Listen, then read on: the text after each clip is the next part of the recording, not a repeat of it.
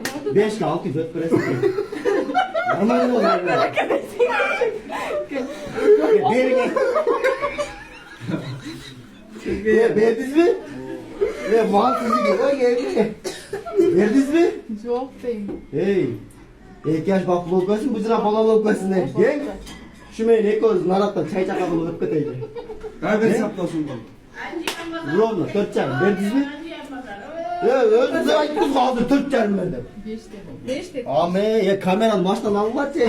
Arka durdurgulur. 5 dedim. 5 kere rahatsız mı? Kaybet saplasın bu. Ne bazı biz? 5 kere alsın. Yok. Oy 4 5. çarım hey. Oy, 5 som ötmerelim biz daha oynayalım. Çay isketeyiz. Sak tokayan bak açarsan. Elini yap. Ne? Toy var mı erkek? Az oynayalım. O kurdanlardan daha ost diyen yok. Erkek çay tapar. İyi nasıl alıp Yenge. geliyorsun? Yapkan yok 5. 4 çarım rahatsız mı? 5. Yerini. Ana bir de o da. Bir dedi ana. Bir dedi. Hey. Hey. Hey ayıpçı. Dallaltı olma çok olur. Kol çalmayı.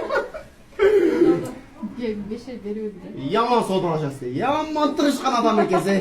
O seni Yaman bitir adam herkese. Mert bozağın ze. Üçten 4 çarım götür koy. Karpol erkekçe taş tapayız. Hey biz nar. Hey. normal. Korona biz